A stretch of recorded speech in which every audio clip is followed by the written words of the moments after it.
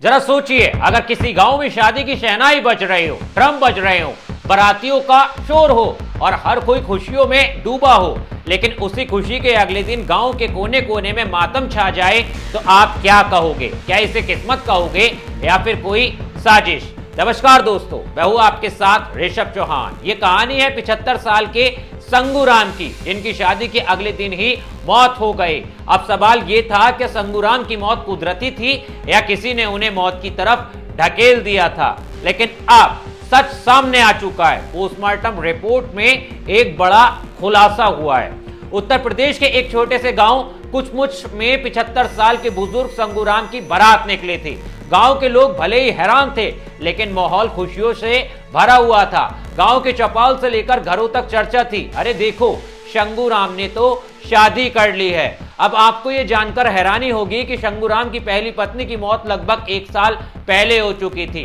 तब से वो अकेलेपन में जी रहे थे। दिन भर खेत खलियान और रातें खालीपन में बीत रही थी। गांव के बुजुर्ग कहते थे कि अरे भाई, इंसान चाहे कितना भी बड़ा हो जाए, अकेलापन सबसे बड़ा दुख होता है। शायद इसी अकेलेपन से बचने के लिए संगूराम ने 35 साल की महिला से शादी करने का फैसला किया। अब जरा दुल्हन की कहानी भी सुन लीजिए। वो महिला पहले से शादीशुदा थी, लेकिन उसका घर टूट चुका था। 3 छोटे छोटे बच्चे थे, जिनकी जिम्मेदारी उठाना आसान नहीं था। गांव वाले कहते हैं कि हमने उसे समझाया था, संगूराम जिम्मेदार आदमी है, वो बच्चों का पालन पोषण कर लेगा। शुरुआत में महिला इस रिश्ते के लिए तैयार नहीं थी, लेकिन गांव वाले और परिवार वालों ने जब समझाया, देखो ये तुम्हारे लिए अच्छा होगा, तुम्हारे बच्चों का भविष्य सुरक्षित हो जाएगा। आखिरकार शादी तय हो गई। बैंड बाजे बजने लगे, संगूराम ने सेहरा बांध लिया और गांव में जश्न का माहौल छा गया।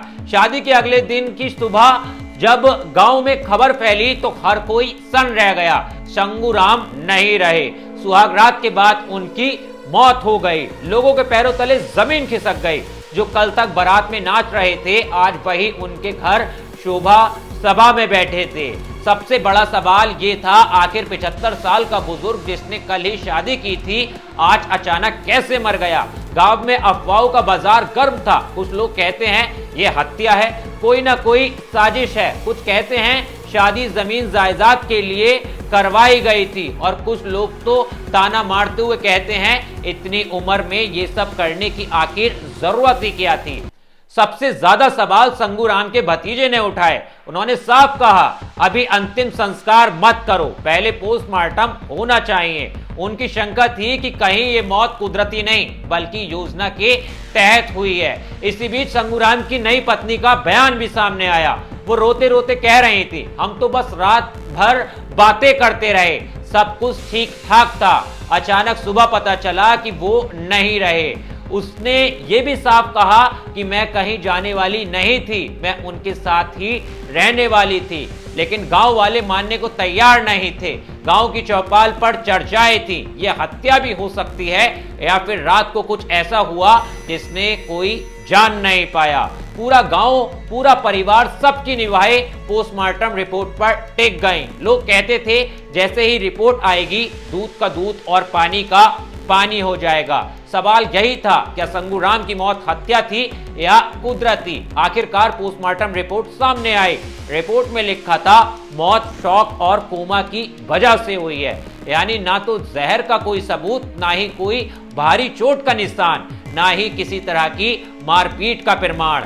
स्पष्ट था कि संगूराम की मौत हत्या नहीं बल्कि प्राकृतिक कारणों से हुई थी। लेकिन रिपोर्ट आने के बाद भी चर्चा थमी नहीं। सोशल मीडिया पर लोग तरह तरह की बातें करने लगे। कुछ लोग लिखते हैं कि इतनी उम्र में शादी करना ही गलत था, तो कुछ लोग कहते हैं शादी की कोई उम्र नहीं होती। लेकिन 75 साल में यह फैसला जानलेवा साबित हुआ।